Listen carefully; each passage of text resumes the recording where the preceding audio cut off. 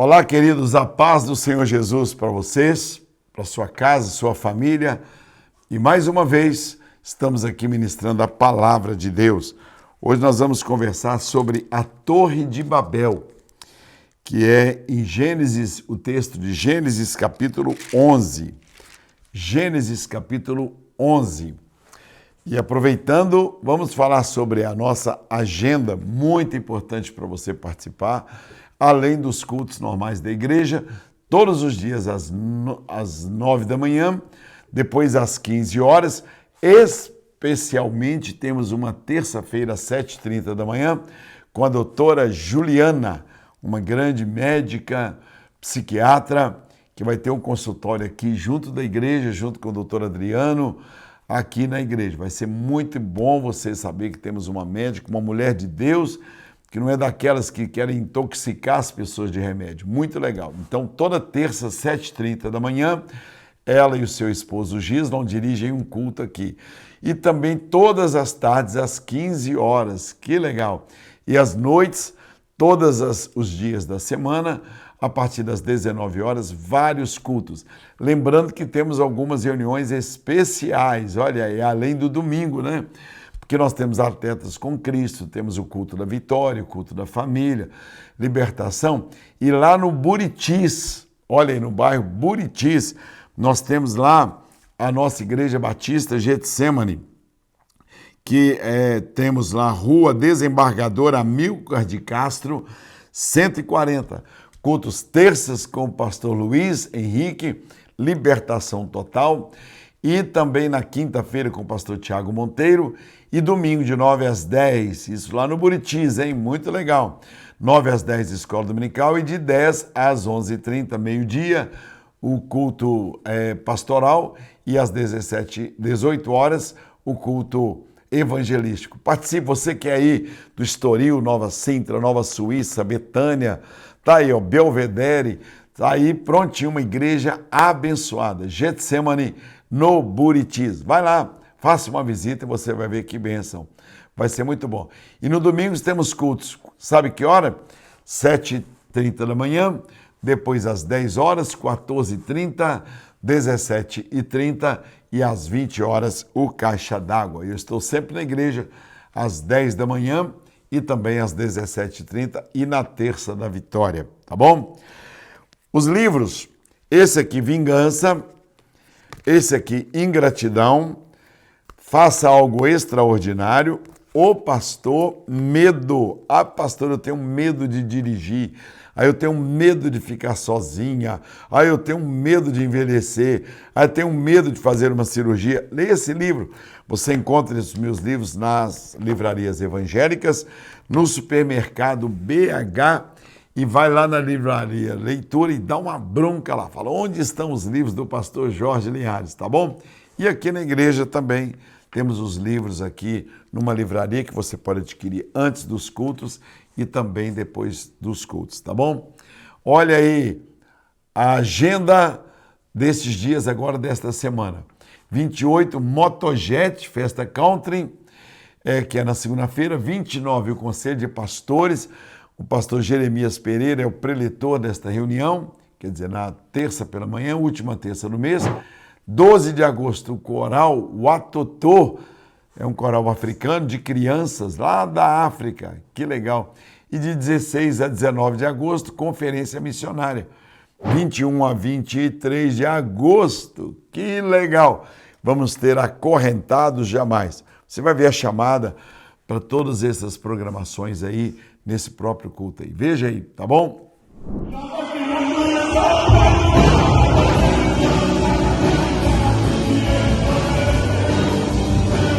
A alegria do Senhor é minha força. Todos os dias eu fortaleço a minha vida.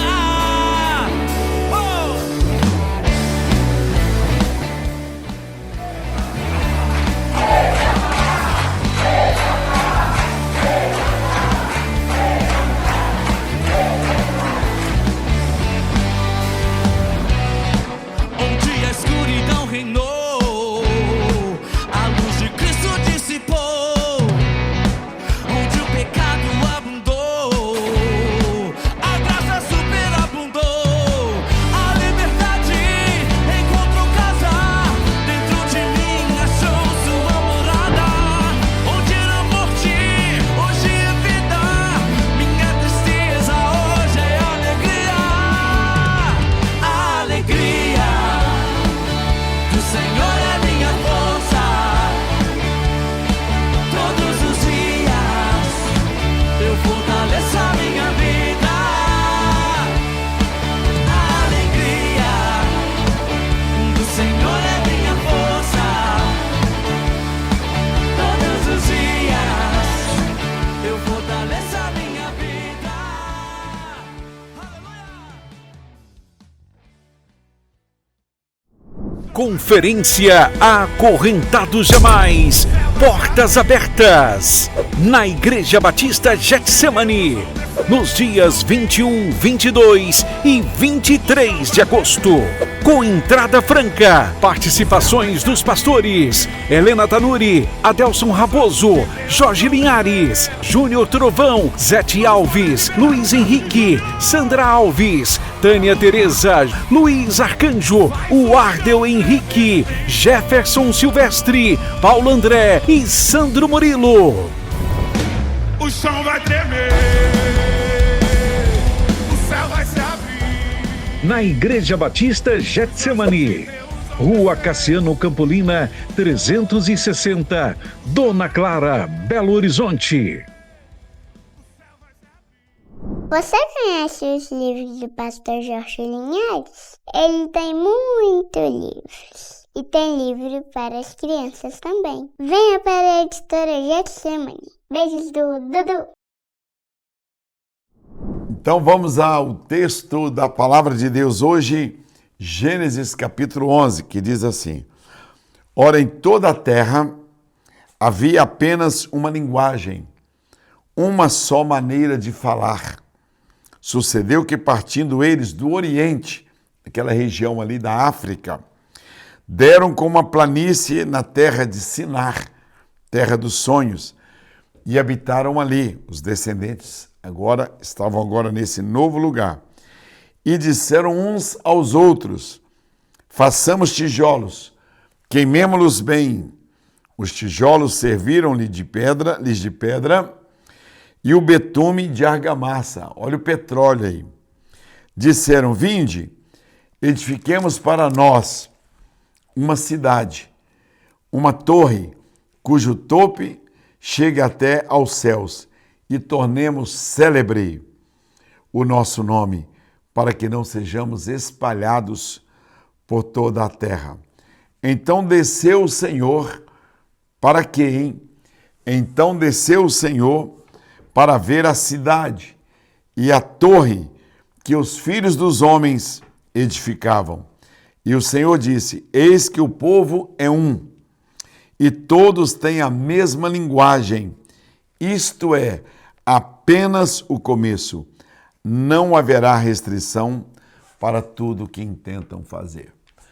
É um negócio que me impressiona na palavra de Deus, é a clareza de todo o propósito de Deus e a rebeldia do ser humano. Quando os homens estão querendo fazer algo que é para a glória de Deus, Deus os abençoa. Deus nos abençoa. Mas quando vamos fazer algo que é para a glória do homem, quando o nosso eu, o nosso ser interior é que quer a prioridade, então há um fracasso de todo o projeto humano. Este texto é clássico para isso. Quando Noé construiu a arca, a Bíblia não fala que os homens, que os seus familiares o ajudaram. Ele construiu, ele dedicou 100 anos da sua vida para quê? Para fazer algo que era para a glória de Deus. Então, de uma forma miraculosa, Deus agiu em seu favor. Eu tenho essa experiência na minha vida. Se eu parar para fazer uma análise do que Deus fez na minha vida, no ministério, na Igreja Batista Getsemane, eu vou ficar boquiaberto, porque não dá para pôr no papel tudo aquilo que Deus fez. Quantos milhões de pessoas se converteram através dos livros que Deus me deu. Quantas milhões de pessoas são abençoadas através do programa de televisão. rádio, imagine aí a Rádio 107, Itatiaia, a televisão, as próprias emissoras aqui que retransmitem os programas da igreja, não dá para mensurar, é fora do controle humano. Agora, por que que isso está prevalecendo? Por que que isso está indo para frente? Por que que outros projetos também vão para frente? Porque são para a glória de Deus.